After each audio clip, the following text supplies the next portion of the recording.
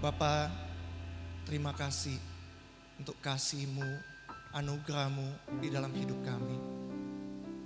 Kami mempunyai Bapa yang begitu mengasihi kami. Terima kasih Tuhan untuk kasih-Mu itu. Ajar kami Tuhan mempersembahkan hidup kami, mempersembahkan seluruh akal budi kami, seluruh kekuatan kami, hanya untuk Engkau ya Tuhan.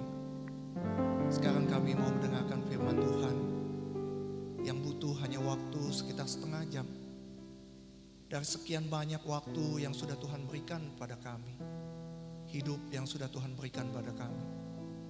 Ajar kami ya Tuhan, ketika waktu pemberitaan firman Tuhan, kami boleh menghormati kekudusan Tuhan, menghormati firman Tuhan, dan kami boleh fokus mendengarkan firman Tuhan.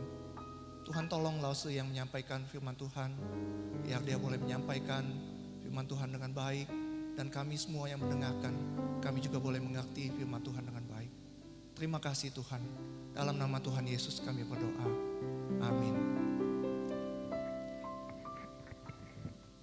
Ya, shalom teman-teman. Shalom teman-teman. Ya, selamat pagi ya. Nah, senang bisa beribadah bersama teman-teman sekalian di tempat ini ya. Nah, firman Tuhan hari ini temanya adalah akulah pintu. Firman Tuhan hari ini diambil dari Yohanes 10 ayat 1 sampai 10. Lalu akan membacakan ayat ini, teman-teman juga bisa mengikutinya di layar. Hari ini langsung membacanya dari Alkitab versi terjemahan baru versi 2 ya. Jadi Alkitab yang selama ini kita baca itu adalah terjemahan baru tahun 74. Jadi sudah hampir 50 tahun dari sejak diterjemahkan sampai sekarang belum pernah diubah. Nah, hari ini langsung akan membacakannya dari versi terjemahan baru versi 2 ya. Bukan diubah tapi disesuaikan ya. Ada bahasa yang 50 tahun yang lalu mungkin orang mengerti tapi sekarang orang kurang mengerti. Nah, kita akan membacanya, teman-teman bisa mengikutinya di layar juga ya. Yohanes 10 ayat 1 sampai 10, beginilah firman Tuhan.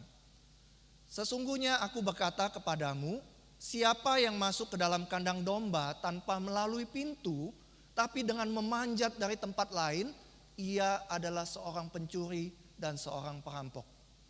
Namun, siapa yang masuk melalui pintu, ia adalah gembala domba. Untuk dia, penjaga membuka pintu dan domba-domba mendengarkan suaranya. Ia memanggil domba-dombanya masing-masing menurut namanya dan menuntunnya keluar. Jika semua dombanya telah dibawanya keluar, ia berjalan di depan mereka dan domba-domba itu mengikuti dia karena mereka mengenal suaranya. Namun, seorang asing pasti tidak akan mereka ikuti. Malah mereka akan lari dari orang itu karena suara orang-orang asing tidak mereka kenal. Yesus mengatakan kiasan ini kepada mereka, tapi mereka tidak mengerti apa maksudnya ia berkata demikian kepada mereka.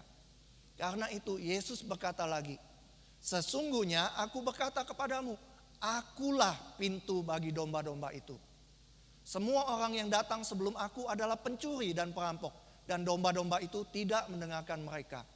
Akulah pintu, siapa masuk melalui aku ia akan diselamatkan, dan ia akan masuk dan keluar serta menemukan padang rumput. Pencuri datang hanya untuk mencuri, membunuh dan membinasakan. Aku datang supaya mereka mempunyai hidup dan mempunyainya dengan berlimpah-limpah. Sedemikian jauh pembacaan firman Tuhan pada pagi hari ini ya. Nah, teman-teman, sebagian dari kalian tahu ya, sudah tahu bahwa Lause itu belajar teologinya di STT Saat ya. Nah, Lause menjalani pendidikan setara S1 di Saat. Mahasiswa Saat itu datang dari seluruh daerah di Indonesia. Bahkan dulu ada yang berasal dari Cina, teman-teman ya. Nah, bukan hanya datang dari berbagai daerah, tapi juga dari berbagai kalangan dan usia. Ada yang baru lulus SMA, masuk Saat. Ada yang lulus kuliah, baru masuk Saat. Ada yang sudah bekerja, baru masuk Saat. Tapi ada juga yang seperti Lause, sudah bekerja, sudah berkeluarga, sudah punya anak, baru masuk saat gitu ya. Nah, jadi ada macam-macam yang masuk ke saat. Yang masuk ke saat juga terdiri dari berbagai macam suku ya. Ada yang dari etnis Tionghoa, ada yang dari Sumatera, sampai ke Papua ada di saat gitu ya. Nah, mahasiswa saat juga ada yang berbagai latar belakang. Maksudnya apa? Ada yang dari keluarga sederhana, ada yang dari keluarga kaya, ada yang berlatar belakang pengusaha dulunya ya. Dan banyak juga adalah anak dari hamba Tuhan, teman-teman ya, anak hamba Tuhan. Nah, teman-teman, salah satu mahasiswa yang Lause kenal, adik tingkat Lause, dia masuk ke saat ketika sudah menikah dan punya anak sama seperti Lause gitu ya. Orangnya tuh baik, sopan gitu ya, lembut gitu orangnya. Nah, teman-teman seangkatannya juga menghargai dan menghormati dia. Dia dan keluarganya itu pindah dari Jakarta ke Malang, sama kayak Lause juga gitu ya. Tinggal dekat kampus saat. Nah, mahasiswa yang Lause ceritakan ini sudah sempat kuliah 2 tahun di saat. Tapi satu hari mahasiswa ini berpamitan kepada teman-temannya, berpamitan kepada Lause juga ya.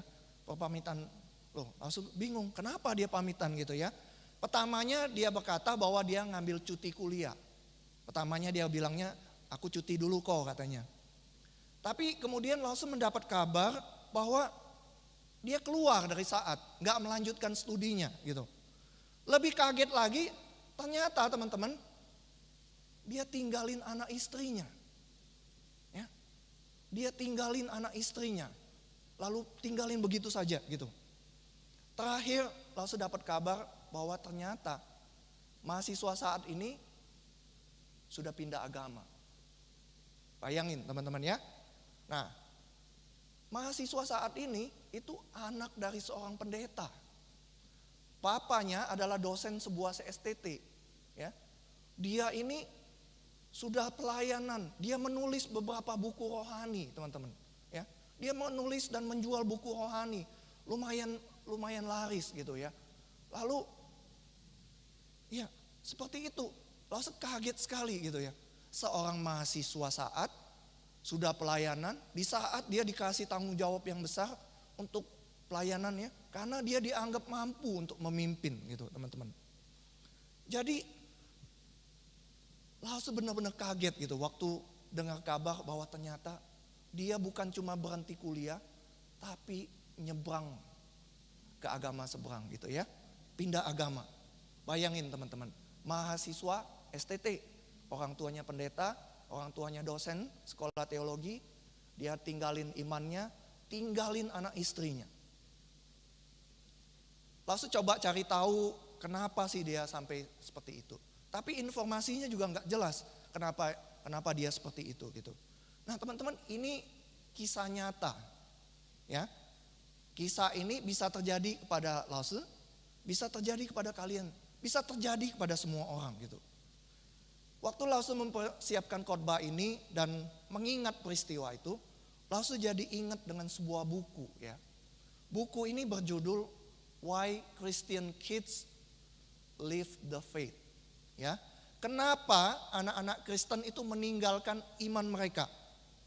Nah, teman-teman, di dalam buku ini disebutkan ada 4 alasan kenapa anak-anak generasi Kristen yang muda ini meninggalkan iman mereka, lalu nggak pergi gereja lagi, malah pergi pindah agama, teman-teman ya. Nah, salah satu alasannya adalah karena mereka itu, generasi muda itu punya pertanyaan-pertanyaan yang tidak mendapat jawaban. Jadi mereka itu punya pertanyaan-pertanyaan yang mengganggu pikiran mereka. Lalu pertanyaan itu biasanya tentang iman gitu ya, tentang teologis, tentang intelektual. Pertanyaan itu tidak mendapat jawaban atau mereka tidak menemukan jawabannya.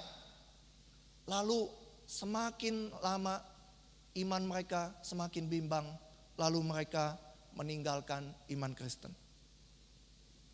Teman-teman, salah satu pertanyaan yang seringkali tanda kutip jadi batu sandungan ya bagi anak Tuhan itu adalah mengenai sosok Tuhan Yesus sebagai tokoh sentral dalam iman Kristen. Ya. Langsung lihat di internet, langsung baca-baca gitu ya. Langsung mengamati dan melihat bahwa ada banyak juga anak muda yang Kristen itu imannya tergoncang kemudian pindah agama oleh karena satu pernyataan salah satu tokoh agama lain yang cukup terkenal, ya. Nah, tokoh agama lain ini berkata begini, dia bilang ya. Tokoh ini berkata, tidak ada satupun pernyataan di dalam Alkitab yang menyatakan atau mengutip perkataan Yesus secara langsung bahwa dirinya adalah Tuhan. Atau Tuhan Yesus berkata, sembahlah aku, gitu ya. Jadi dia berkata bahwa tidak ada satupun ayat di Alkitab yang ngomong bahwa Yesus menyatakan dirinya kepada orang banyak itu bahwa dirinya adalah Tuhan. Atau Tuhan Yesus ngomong kepada orang, sembahlah aku, sembahlah aku. Enggak ada katanya teman-teman. Dia berkata gitu, coba tunjukin. Dia bilang, mana ada di ayat di Alkitab yang ngomong seperti itu, gitu dia bilang. Tidak ada satupun ayat di Alkitab yang ngomong secara jelas bahwa Tuhan Yesus berkata dirinya adalah Tuhan. Teman-teman, benar nggak pernyataan tokoh ini gitu ya? Benarkah tidak ada ayat yang secara jelas menunjukkan bahwa Yesus berkata bahwa dirinya adalah Tuhan? Ya. Nah, teman-teman, sebenarnya pernyataan tokoh ini ya bukan sesuatu yang baru.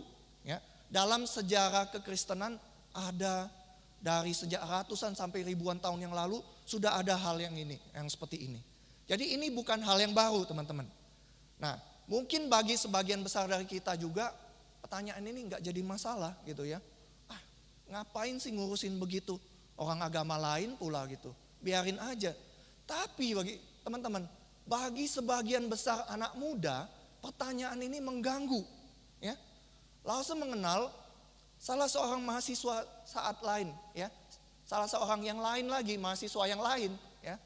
Nah, jadi jangan kira mahasiswa saat itu nggak ada pergumulan, banyak teman-teman ya, pergumulan teologis juga ada, ya. Nah, jadi salah satu mahasiswa yang lain dia berkata, dia sudah masuk ke STT, lalu dia bilang, aku lihat nonton video katanya, lalu tokoh ini berkata, mana buktinya bahwa Tuhan Yesus pernah ngomong bahwa dia adalah Tuhan? Coba tunjukin ayat Alkitabnya di mana. Gak ada, dia bilang gitu. Lalu dia, oh iya ya, benar ya, iya ya, dia bilang gitu. Jadi dia ragu gitu. Pertanyaan itu terus mengganggu dia sampai kemudian dia akhirnya dapat jawabannya gitu ya. Nah, tapi mungkin di antara kalian juga punya pertanyaan yang sama ya. Makanya nanti tanggal 18 itu salah satu seminar kita adalah tentang pertanyaan-pertanyaan sains ya. Teman-teman nanti ikut hadir ya. Nah, jadi ada banyak pertanyaan-pertanyaan khususnya dari generasi muda mengenai iman Kristen. Pertanyaan-pertanyaan itu yang membuat kita itu jadi ragu, ada bimbang gitu ya.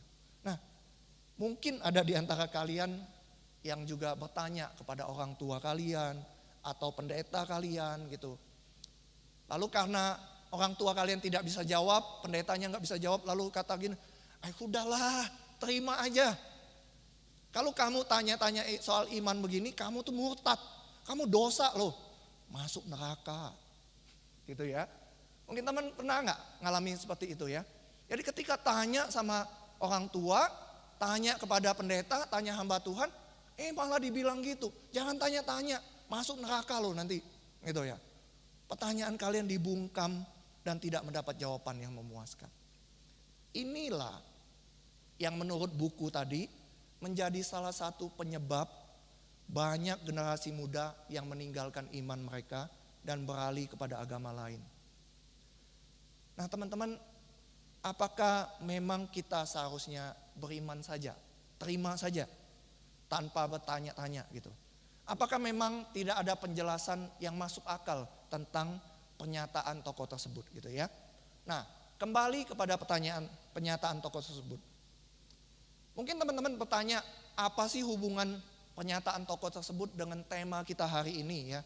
Nah, sebenarnya pernyataan tokoh tersebut berhubungan erat sekali teman-teman dengan tema firman Tuhan hari ini.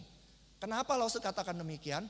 Karena selama masa prapaskah ini 7 minggu ini kita membahas 7 perkataan Yesus mengenai akulah atau aku adalah.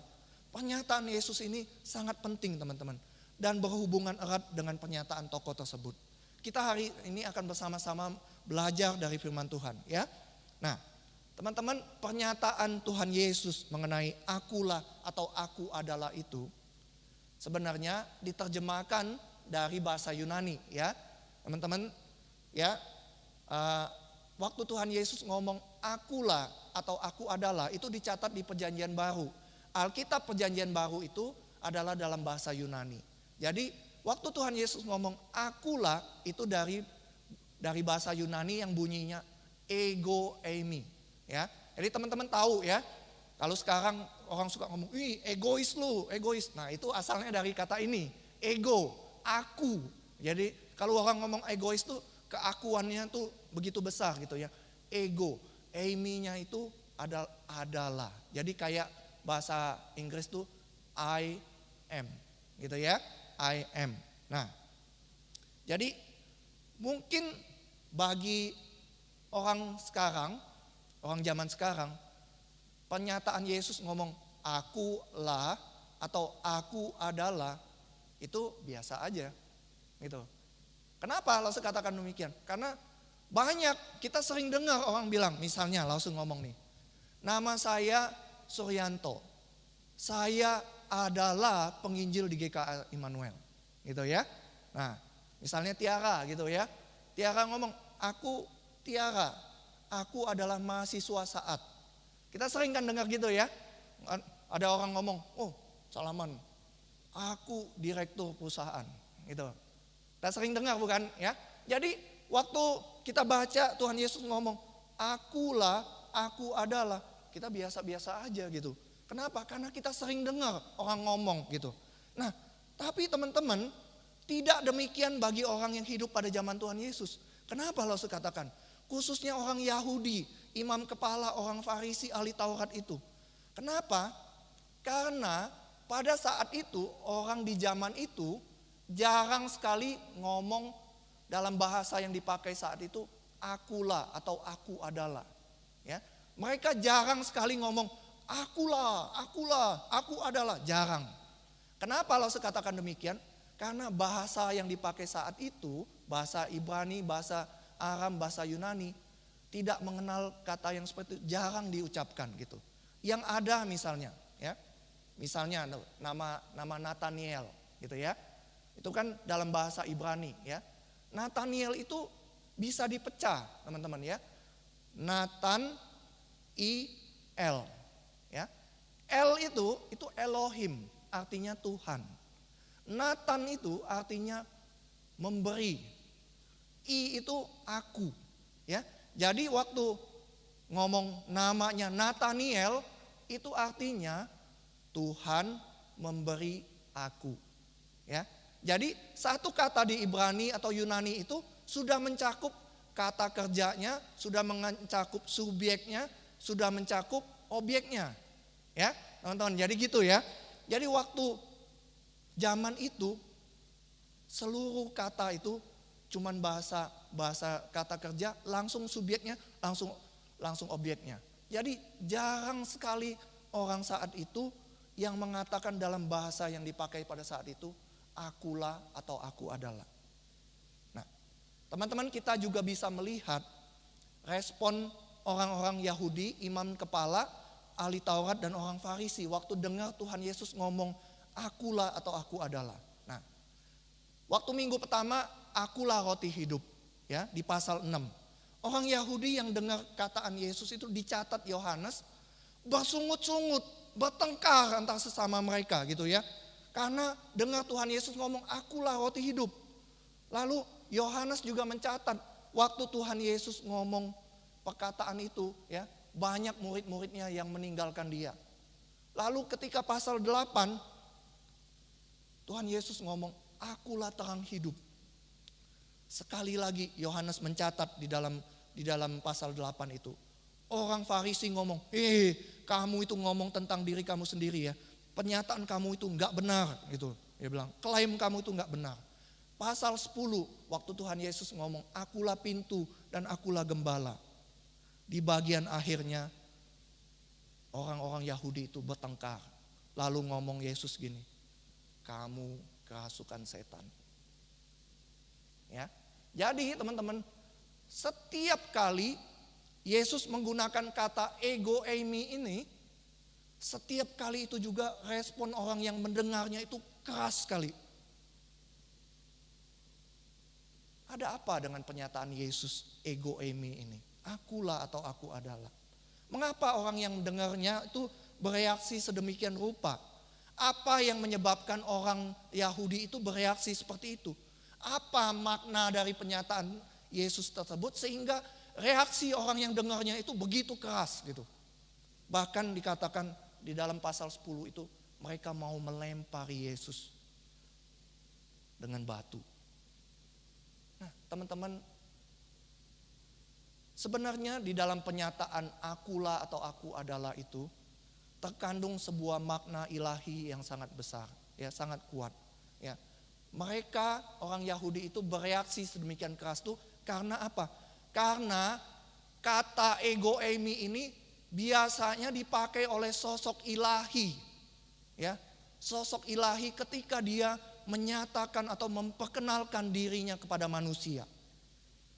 Kenapa lo sekatakan ya? Nah, ini ceritanya gini ya. Kita terjemahinnya akulah atau aku adalah. Diterjemahin dari Perjanjian Baru ego eimi Yunani ya. Tapi ego eimi itu sebenarnya asalnya dari kata anihu dalam bahasa Ibrani ya. Teman-teman lihat ini logo ini bacanya ani, teman-teman ya. Akulah gitu. Nah, waktu di Keluaran 3 ayat 6 Tuhan itu bertemu dengan Musa, lalu dia ngomong kepada Musa, akulah Allah ayahmu, Allah Abraham, Allah Ishak dan Allah Yakub. Di sini dipakai kata anihu, akulah Allah ayahmu, Allah Abraham, Allah Ishak dan Allah Yakub. Lalu di Perjanjian Baru Tuhan Yesus kutip. Ya, kenapa kita bisa tahu bahwa ego eimi itu berasal dari anihu? Karena ini teman-teman, waktu di Matius 22 ayat 32 ini Tuhan Yesus berkata dalam bahasa Yunani, akulah Allah Abraham, Allah Ishak dan Allah Yakub. Nah, di Matius ini Tuhan Yesus pakai kata ego eimi. Ya. Jadi ego eimi itu asalnya dari anihu, teman-teman. Nah, jadi waktu Tuhan Yesus ngomong, akulah ego eimi. Sebenarnya ketika Yesus berkata seperti itu, dia sedang menyamakan dirinya dengan Allah. Ya, teman-teman ngerti ya? Jadi kata ego eimi ini jarang sekali dipakai. Sekalinya dipakai cuma oleh sosok ilahi ketika dia memperkenalkan dirinya. Jadi ketika Tuhan Yesus ngomong ego eimi, dia sedang menyamakan dirinya dengan Allah. Orang Yahudi tahu, teman-teman. Ya, imam-imam itu tahu, orang Farisi tahu. Itulah sebabnya ketika mereka dengar Tuhan Yesus ngomong ego eimi ini, mereka marah, mereka mencela. Lalu kemudian nih di Yohanes 10 ayat 33 dikatakan gini, bukan karena suatu pekerjaan baik maka kami mau melempari engkau, melainkan karena engkau menghujat Allah. Dan karena engkau sekalipun hanya seorang manusia saja menyamakan dirimu dengan Allah. Teman-teman, orang yang berkata, tokoh tadi yang berkata bahwa, oh mana ayat di Alkitab yang berkata bahwa secara langsung Yesus ngomong aku adalah Tuhan. Mana dia bilang? Orang yang seperti ini tidak mengerti firman Tuhan. Tidak membaca firman Tuhan dengan baik. Dia bukan orang Kristen sehingga dia berani ngomong seperti itu. Kenapa? Karena orang yang mengerti firman Tuhan, ya, tokoh tersebut membaca ayat tersebut dengan kacamata orang sekarang. Orang sekarang memang sering ngomong akulah, aku adalah. Tapi orang dulu enggak, teman-teman. Dan sekali ngomong itu adalah sosok ilahi. Jadi orang dulu tahu ketika Tuhan Yesus ngomong ego eimi, dia sedang menyamakan dirinya dengan Tuhan. Oleh sebab itulah mereka marah. Kalau kita belajar firman Tuhan dengan baik, maka kita akan mengerti makna dari perkataan Yesus itu. Ya. Semoga apa yang dijelaskan ini bisa menolong kalian juga mengerti. Ya. Nah, sekarang kita kembali kepada tema kita hari ini. Ya. Tema firman Tuhan hari ini adalah akulah pintu. Nah, teman-teman, kalau teman-teman perhatikan Tuhan Yesus itu ketika menyampaikan pengajarannya, dia selalu pakai ilustrasi kehidupan sehari-hari. Ya, akulah roti, ya makan sehari-hari roti. Ya, akulah terang. Setiap hari kita lihat, akulah pintu, akulah gembala gitu. Akulah pokok anggur. Nah, teman-teman, waktu zaman itu ada 3 pekerjaan utama orang Yahudi. Salah satunya adalah peternak. Jadi Tuhan Yesus sengaja pakai ilustrasi hal-hal yang berhubungan dengan kehidupan sehari-hari. Supaya apa? Supaya orang yang dengarnya ngerti. Ya. Nah, lalu teman-teman, kalau berbicara mengenai pintu, kalau teman-teman lihat gambar ini, ya. Nah, sebenarnya yang dimaksud Yesus di sini bukan pintu rumah, teman-teman. Ya, yang dimaksud di sini bukan pintu rumah. Kita sering lihat gambar Tuhan Yesus ngetuk pintu di depan pintu rumah gitu kan ya. Karena itu di Wahyu ngomong, aku berdiri di depan pintu, aku mengetuk pintu gitu ya. Nah, tapi yang dimaksud di pasal 10 ini itu bukan pintu rumah, teman-teman. Tapi pintu kandang domba. Ya, pintu kandang domba. Menurut para penafsir ada 2 macam kandang domba. Ya, nah, yang pertama itu karena sebagian besar orang Yahudi itu adalah peternak, mereka punya domba-domba yang banyak. Di desa atau di kota tempat mereka tinggal itu ada kandang domba yang dikumpulin bersama. Jadi ada satu kandang besar, semua domba itu dimasukin ke sana. Ya, semua domba itu dimasukin ke sana. Kandang jenis pertama ini punya tembok, punya atap, punya pintu. Lalu tadi kita membaca pintunya itu dikunci. Ya, dikunci. Penjaga pintunya bukain pintu khusus untuk si gembala. Nah, tapi teman-teman, kandang yang pertama ini dipakai kalau musim panen. Kenapa musim panen? Karena pada saat musim panen banyak sisa tunggul gandum, ya, sisa-sisa hasil panen gitu. Dan itu bisa jadi makanan domba. Jadi domba itu tetap dalam kandang. Atau musim dingin, di mana waktu musim dingin itu domba tidak mungkin ada di luar karena bisa mati. Jadi kandang yang pertama itu seperti ini. Tapi teman-teman ada kandang jenis kedua. Pada saat-saat tertentu domba tersebut diajak keluar ke bukit-bukit untuk mencari padang rumput hijau. Biasanya itu pada musim semi karena rumputnya hijau gitu ya. Atau musim panas, musim kemarau, rumputnya udah mulai berkurang kering. Lalu domba-domba itu diajak keluar ke bukit. Nah, waktu diajak ke bukit ini teman-teman, mereka pergi jauh. Lalu habis rumputnya. Pergi lagi lebih jauh lagi. Pergi lagi lebih jauh lagi. Habis pergi jauh lagi, pergi lagi. Jadi tidak mungkin domba itu pulang ke kandang di desa. Atau pulang ke kota. Karena terlalu jauh teman-teman. Akhirnya gimana caranya? Nah, gembala kemudian mengumpulkan dombanya di bukit tersebut. Lalu bikin pagar sekeliling dari batu. Seperti ini. Ya, jadi batunya sekeliling. Dan di tengah-tengahnya ada lobang teman-teman. Ya. Nah, di lobang inilah pada malam hari si gembala itu duduk atau berbaring di pintu ini, di lobang ini. Ya, sebenarnya jadi secara harafiah gembala itu memang adalah pintunya. Ya, karena dia berdiri, duduk di situ, dia tidur di situ, dia menjadi pintunya. Cuma ada satu lubang dan gembala itu yang berbaring di situ untuk menjadi pintunya. Kandang seperti itu yang disebutkan di ayat 7 dan 10 tadi ya. Nah, sekarang pertanyaannya teman-teman, apa makna dari perkataan Yesus, akulah pintu? Ya. Sebenarnya waktu Tuhan Yesus ngomong akulah pintu itu maksudnya apa sih gitu ya. Nah teman-teman, yang pertama, Lause pernah baca sebuah artikel tentang domba. Ya. Nah, kita kan di Alkitab sering dibilang kita itu seperti domba, ya. Nah, Lause baca artikel tentang domba tersebut, ya. Artikel itu mengatakan bahwa domba itu binatang yang bodoh. Ya, tidak heran ya Tuhan pakai manusia diumpamakan seperti domba karena manusia juga kadang-kadang bodoh, gitu ya.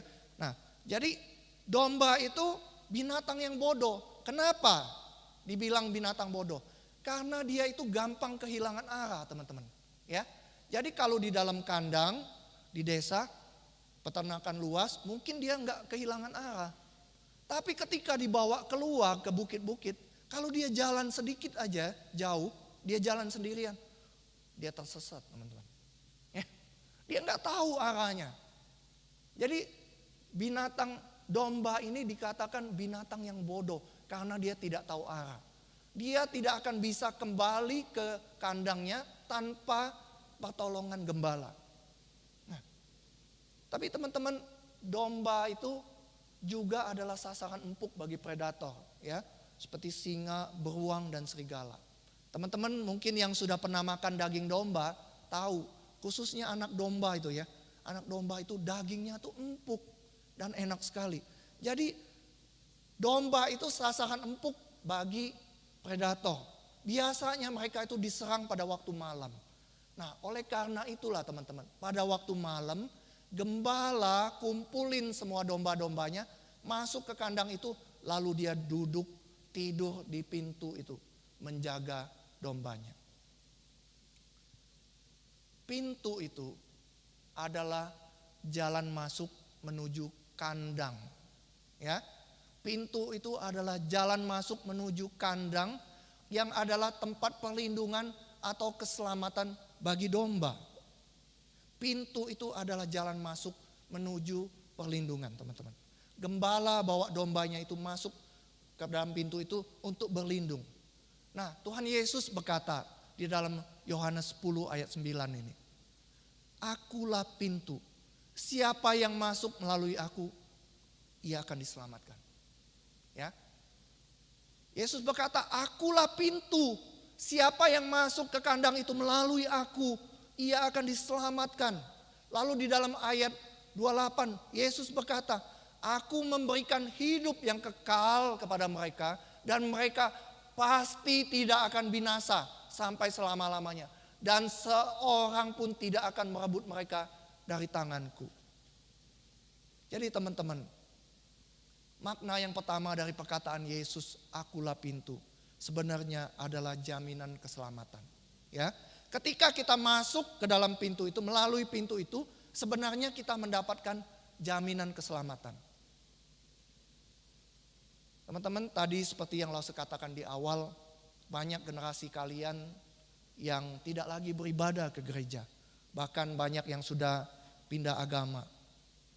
Nah, mungkin kalian juga saat ini berpikir bahwa semua agama itu sama aja. Semua agama sama saja karena mengajarkan kebaikan gitu. Tapi teman-teman, firman Tuhan hari ini mengingatkan kita kembali bahwa Yesus berkata, akulah pintu. Kandang tersebut cuma punya satu pintu, teman-teman. Cuma satu pintu. Alkitab bahasa Inggris menerjemahkan ayat ini dengan lebih tepat. I am the door. I am the door. Akulah pintu itu. Akulah sang pintu. Akulah pintu yang satu itu. Semua kandang itu punya cuma satu pintu. Dan Yesus berkata, akulah pintu yang satu itu. Mungkin kita berpikir bahwa perbuatan baik kita bisa membawa kita ke surga gitu. Tapi teman-teman, firman Tuhan katakan tadi, harus melalui pintu. Kalau kita melakukannya dengan cara yang lain, melalui perbuatan baik, Tuhan Yesus katakan itu sama saja seperti jalan pintas yang diambil perampok dan pencuri itu, yang berusaha masuk melalui manjat tembok. Dan itu kata Tuhan Yesus tidak akan berhasil. Kalau memang perbuatan baik bisa menyelamatkan kita, maka Tuhan Yesus tidak perlu mati di atas kayu salib. Justru karena tidak bisa, makanya Tuhan Yesus mati di atas kayu salib. Yang kedua, teman-teman, domba tadi Lause katakan adalah binatang bodoh karena tidak tahu arah. Yang kedua, binatang domba itu disebut binatang bodoh karena dia tidak bisa makan dan minum tanpa tuntunan gembala. Langsung pertamanya pikir, masa sih? Langsung lihat domba bisa cari makan sendiri. Ya, kan kita lihat dombanya keliaran makan sendiri. Tapi begini teman-teman, ada seorang gembala yang sudah pengalaman berpuluh tahun punya domba. Dia berkata begini, domba itu disebut bodoh kenapa? Karena gini, dia hanya makan apa yang ada di depan mereka. Ya, jadi kalau misalnya dia ditaruh di dalam sebuah tempat yang kita kurung begini, dia makan. Kalau rumputnya sudah habis, dia terus makan. Lalu dia makan itu tanah itu katanya. Jadi domba itu binatang yang bodoh karena dia tidak tahu cara mencari makan atau minum. Apa yang ada di hadapan mereka itu yang mereka makan. Bahkan kalau tidak ada rumput lagi, tanah pun dimakan sama mereka.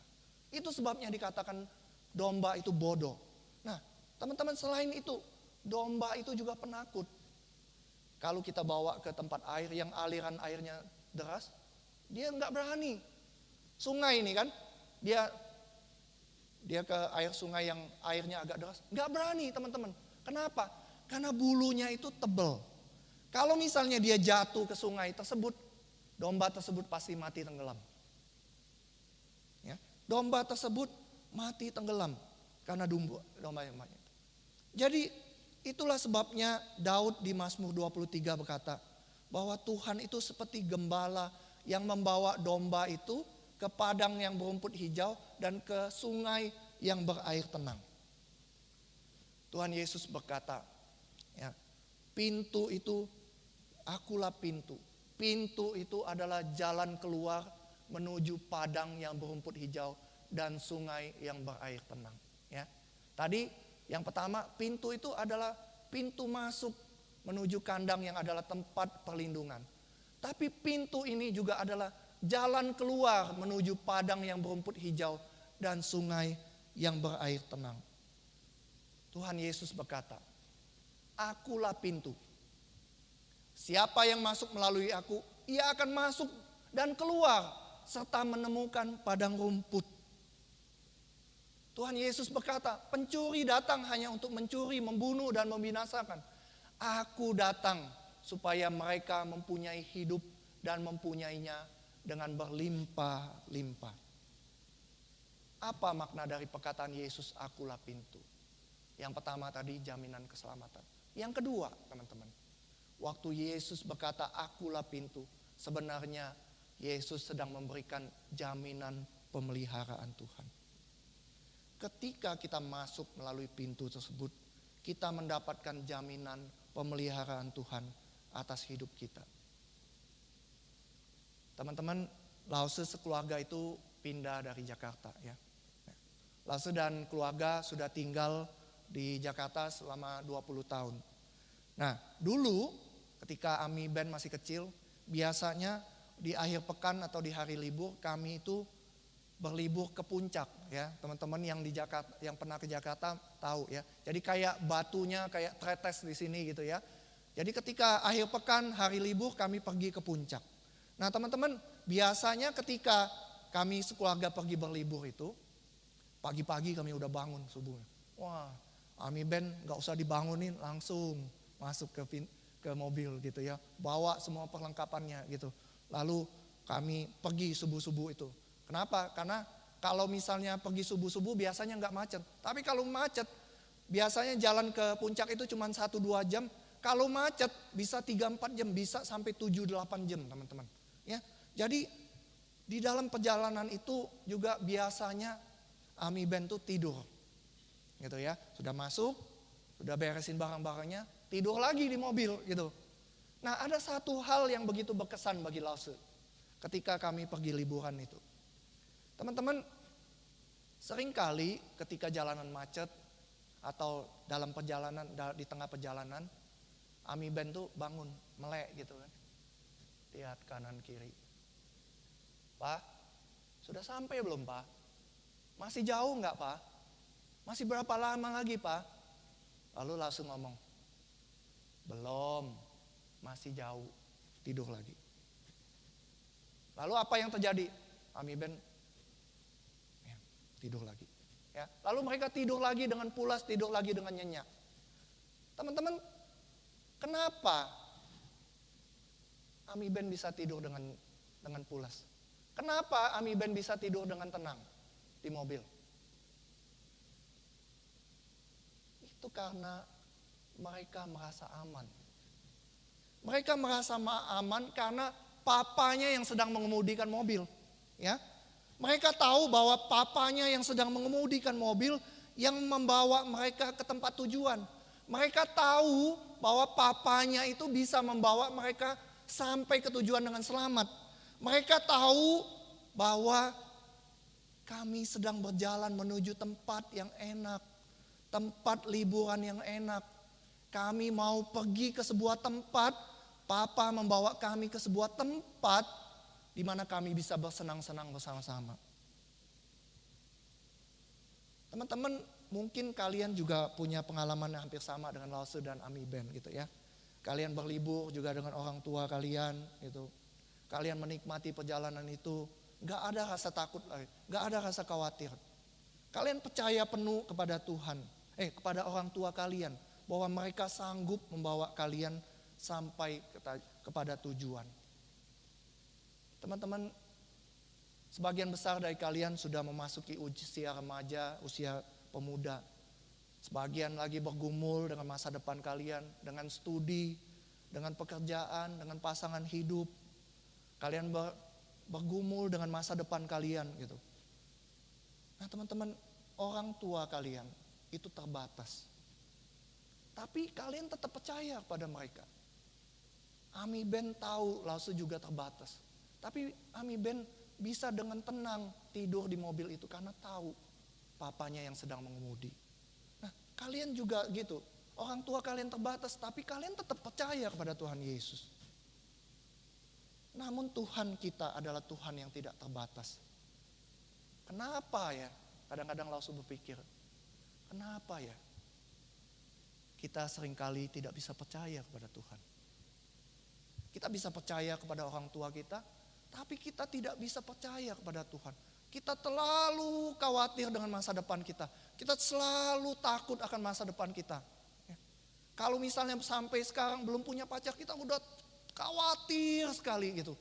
Kayaknya, wah, aku sudah umur segini belum punya pacar.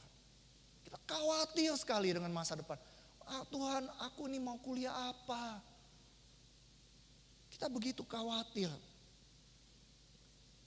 Tapi kenapa kita tidak bisa mempercayai Tuhan? Tuhan yang berkata begini teman-teman. Tuhan yang berkata, sebab aku mengetahui rancangan-rancangan yang kupikirkan mengenai kamu. Demikian firman Tuhan. Yaitu rancangan damai sejahtera dan bukan rancangan malapetaka. Untuk memberikan kepada kita semua masa depan yang penuh harapan. Mengapa kita tidak bisa percaya kepada Tuhan yang berkata, apa yang tidak pernah dilihat oleh mata dan tidak pernah didengar oleh telinga dan yang tidak pernah timbul dalam hati manusia, semua itu disediakan Allah untuk mereka yang mengasihi Dia. Mengapa kita tidak bisa percaya kepada Tuhan yang berfirman dalam Amsal 3 ayat 5-6, yang berfirman, percayalah kepada aku, jangan bersandar pada pengertianmu, akuilah aku dalam seluruh hidupmu. maka aku akan meluruskan jalanmu. Percayalah kepada Tuhan, teman-teman, dengan segenap hati. Dan Ia akan meluruskan jalan hidup kalian. Tuhan memberkati kita semua. Mari kita berdoa. Minta pemusik untuk mengiringi kita masuk dalam sikap doa.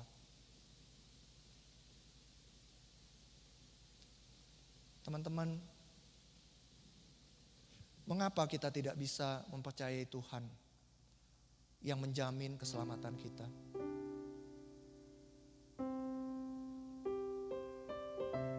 Mengapa kita tidak bisa mempercayai bahwa Tuhan sanggup memelihara hidup kita? Mengapa kita masih terus saja berusaha dengan kekuatan kita sendiri tanpa meminta pertolongan dan pimpinan Tuhan? Kita mempercayai orang tua kita, kemampuan mereka terbatas, tapi kita masih tetap percaya kepada mereka. Akan tetapi teman-teman, Tuhan kita adalah Tuhan yang tidak terbatas. Mengapa kita tidak bisa mempercayai Tuhan kita? Firman Tuhan hari ini mengingatkan kita kembali akan makna perkataan Yesus, "Akulah pintu." Pintu itu adalah jalan masuk menuju perlindungan dan keselamatan. Pintu itu adalah jaminan keselamatan bagi kita. Pintu itu juga adalah jalan keluar menuju padang rumput hijau dan air yang tenang. Pintu itu adalah jaminan pemeliharaan Tuhan bagi hidup kita. Maukah teman-teman masuk melalui Yesus yang adalah pintu itu? Sudahkah teman-teman mengenal Yesus sebagai Tuhan dan Juru Selamat pribadi? Kalau ada di antara teman-teman yang berkata, "Aku mau mengenal Yesus yang adalah pintu menuju keselamatan, menuju hidup yang kekal. Aku mau mengenal Yesus yang menjamin pemeliharaan hidupku, yang menyediakan semua yang aku perlu. Hidup yang Tuhan pelihara, hidup yang penuh dengan kelimpahan hal-hal yang baik dari Tuhan." Jika ada teman-teman yang berkata demikian, "Aku mau ya Tuhan." Langsung mau berdoa buat kalian. Taruh tangan kalian di dada kalian. Langsung akan mendoakan kalian. Jika ada teman-teman yang berkata demikian, "Aku mau ya Tuhan." Taruh tangan kalian di dada. Langsung akan mendoakan kalian semua. Bapa di surga,